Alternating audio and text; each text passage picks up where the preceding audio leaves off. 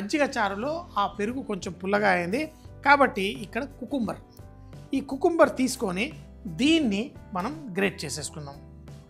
మీరు లావుగా ఉన్న సైడ్ కూడా గ్రేట్ చేసేసుకోవచ్చు.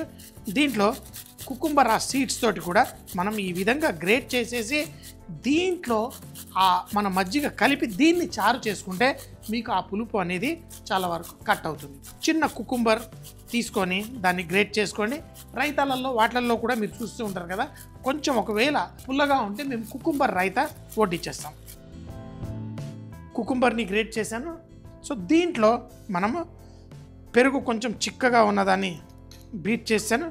దీన్ని ఈ విధంగా కొంచెం ఉప్పు వేసేసి లైట్గా కలిపేసుకుందాం. కొంచెం ఉప్పు, 1కి 1 నీళ్లు పోసుకుంటారు కొంచెం చిక్కగా మజ్జిగ చారు చేసుకునేట్టయితే.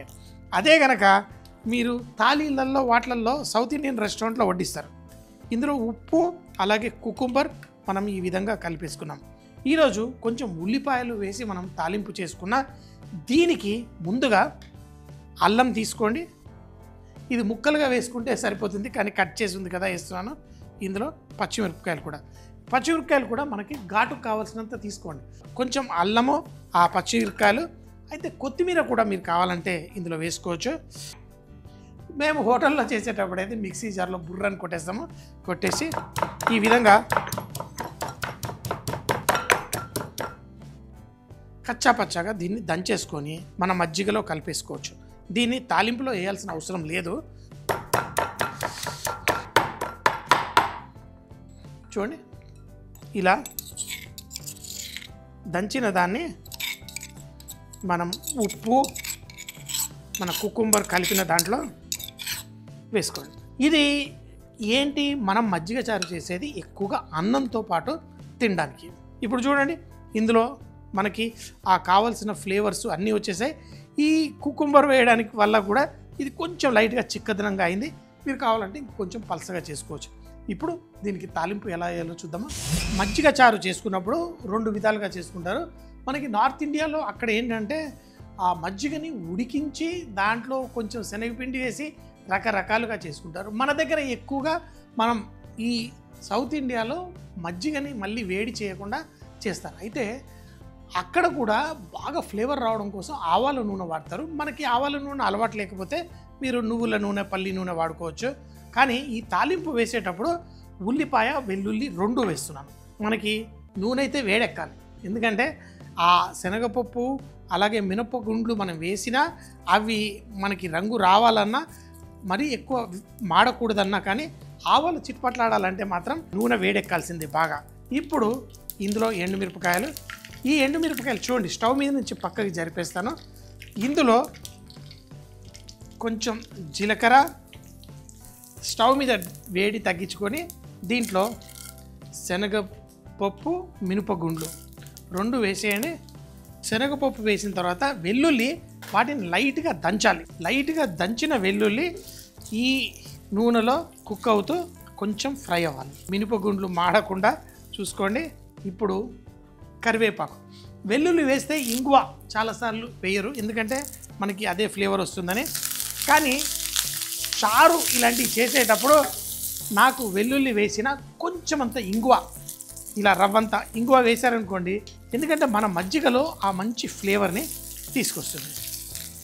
ఇందులో కొంచెం అంత పసుపు, అలాగే ఉల్లిపాయలు సన్నగా కట్ చేశా కానీ దీంట్లో ఇలా వేసి టాస్ చేయండి. ఈ నూనెలో కొంచెం 1 నిమిషం పాటు ఇలా. ఇంకొకటి ఆ శనగపప్పు, మినపగుండ్లు అవన్నీ ఇంకా కరకరలాడుతూ ఉంటే బాగుంటుంది. చూడండి, ఇలా లైట్గా ఆ వేడి నూనెలో ఆ ఉల్లిపాయలు కొంచెం, అంటే ఆ వేడి నూనె తాకగానే ఉల్లిపాయలకి ఒక ఫ్లేవర్ వస్తుంది. అంతే, స్టవ్ కట్టేయండి. ఇక్కడ మన మజ్జిగ వెయిటింగ్ చక్కగా చూడండి, కొంచెం రంగు కూడా దీన్ని లైట్గా మారుస్తుంది. ఇందులో కలపండి. నేను నీళ్లు కలిపిన ఇలా తినడానికి నాకు ఆ చక్కటి కన్సిస్టెన్సీ ఉండాలి. ఇలా చేసిన ఈ మజ్జిగ చారులో ఉప్పు కూడా మళ్ళీ చెక్ చేసుకోండి 1కి 2 సార్లు, ఎందుకంటే అన్నంతో పాటు కలుపుకొని తింటాం, టేస్టీగా ఉండాలి. అయితే ఈ విధంగా చేసిన చారుని నేను పూరీలతో కూడా తిన్నాం, రొట్టెలతో కూడా తిన్నాం, చాలా బాగుంటుంది. కానీ అందరికి కాదు, ఇది అన్నంతో మనం తింటే బాగుంటుంది. కానీ దీంతోపాటు ఏదన్నా ఒక చట్పట అనేసి ఈరోజు స్వీట్ పొటాటో లైట్గా వేపుడు చేసుకొని దీంతోపాటు అంచుకు పెట్టుకొని తిందాం, భలే బాగుంటుంది. సో అది ఎలా చేయాలో చూద్దాం. పెరుగు చారుతోటి ఏదన్నా లైట్గా వేపుడు, నిజంగా బెండకాయ, వంకాయ ఇవన్నీ నూనెలో కొంచెం ఎక్కువ రంగు వచ్చేంత వరకు ఫ్రై చేసి ఆ మజ్జిగ చారులో వేసుకుంటే కూడా భలే టేస్ట్ ఉంటుంది. కానీ సైడ్లో బెండకాయ, పల్లీలు పెళ్ళిళ్ళల్లో ఈ మధ్య పెడుతుంటారు కదా వేపులా, అలా ఉన్న బాగుంటుంది. కానీ ఈరోజు నేను చిలకడ దుంప వేసి ఇందాక వెల్లుల్లి వేసినట్టే దీంట్లో వెల్లుల్లి వేసి ఫ్రై చేస్తా. కాకపోతే దీనికి నెయ్యి వేసి చేసుకుంటున్నా. ఎందుకంటే ఈ చిలకడ దుంప మనకి ఆ వేపుడికి సింపుల్ మసాలా వేసి అసలు ఉప్పు కారం వేసినట్టే చాలా సింపుల్గా ఉంటుంది. కాకపోతే వెల్లుల్లిని అలాగే ఇందాక క్రష్ చేసినట్టే ఇందులో వెల్లుల్లి రెబ్బలు అలాగే కరివేపాకు వేద్దాం. ఆ నెయ్యి ఇంకా వేడెక్కలేదు, స్లోగా ఆ నెయ్యి వేడెక్కుతూ ఇది అయినప్పుడు ఈ వెల్లుల్లి కొంచెం క్రిస్పీగా తయారవుతుంది, తినేటప్పుడు భలేగా ఉంటుంది. అప్పుడప్పుడు చాలామంది నేను ఫ్రెండ్స్ చూశాను, మా ఇంట్లో కూడా ఇదేంటి కూరలు అవి ఇవి ఎక్కువ లేనప్పుడు ఏం చేస్తారంటే వెల్లుల్లి బాగా కట్ చేసి ఆ నేతిలో లైట్గా వేయించి తర్వాత దానిపైన ఉప్పు కారం వేసేసి ఆ సైడ్కి వడ్డిస్తే సింపుల్ పప్పున్నా ఒక చారున్నా అది కలుపుకొని తింటే దాని మజానే వేరు. సో ఇప్పుడు చూడండి వెల్లుల్లి రెబ్బలు లైట్గా ఇలా చిటపట్లాడుతున్నాయి. ఇందులో మనం కరివేపాకు అలాగే చిలకడ దుంపని నేను పుల్లలుగా కట్ చేసేసుకొని వేసుకున్నాను. ఈ పుల్లల చిలకడ దుంపని ఇందులో వేయండి. దీన్ని స్లోగా మనం ఫ్రై చేసుకుందాం. ఇలా లైట్గా కలర్ ఎక్కువ వస్తున్నప్పుడు దానిపైన లైట్గా ఉప్పు వేయండి. అయితే దీన్ని కొంచెం క్రిస్పీలాగా చేసుకోవచ్చు, దానికి బోల్డ్ టెక్నిక్స్ ఉంటాయి. డీప్ ఫ్రై చేసేటైతేనేమో మనం ఇందాక నేను వేసే ముందు కొంచెం కార్న్ఫ్లవర్ జల్లి వేసుకోవచ్చు. డీప్ ఫ్రై చేసేటైతే ఇలా అలా కార్న్ఫ్లవర్ జల్లితే అన్నీ అంటుకుపోతాయి. అందుకని చెప్పి ఇలాంటి దాంట్లో చేసేటప్పుడు కార్న్ఫ్లవర్ వేయకూడదు, మీరు డీప్ ఫ్రై చేసేటప్పుడు కొంచెం వేసుకోవచ్చు. ఇప్పుడు ఇందులో ఇంకా మనది డిష్ మనం రెడీ చేసేసుకున్నాం. గుర్తుంచుకోండి ఇందులో నెయ్యి వేసాను కాబట్టి ప్రతి చుక్క నెయ్యి నాకు కావాలి తినేటప్పుడు. దీంట్లో కారం కొంచెం అంతా, గరం మసాలా అంతే. స్టవ్ కట్టేసేయండి. దీన్ని ఒక లాస్ట్ టాస్ ఇలా తీసి ఈ లాస్ట్ టాస్ వేసేసి ఇలా మజ్జిగ చేసి దీనిపైన కూడా వేసేసుకుంటారు కొంతమంది, కానీ నేను అలా కాదు. ఎందుకంటే దీన్ని సైడ్లో వేసుకొని చుక్క చుక్క నూనె ఏది పోకుండా మీరు వేసుకోవచ్చు, భలే టేస్ట్ ఉంటుంది. పుల్లటి పెరుగుతో మజ్జిగ చారు. దీన్ని తయారు చేయడానికి ముందుగా ఒక బౌల్లో కుకుంబర్ తీసుకొని చూపించిన విధంగా గ్రేట్ చేసి కొంచెం ఉప్పు కూడా యాడ్ చేసి పెరుగు కూడా అందులో యాడ్ చేసి చక్కగా కలిపి పక్కన పెట్టుకోండి. ఇప్పుడు రోట్లో అల్లం, పచ్చిమిరపకాయలు, కొత్తిమీర వేసి చూపించిన విధంగా క్రష్ చేసి దాన్ని కూడా మజ్జిగ చారు మిశ్రమంలో కలిపి పెట్టుకోండి.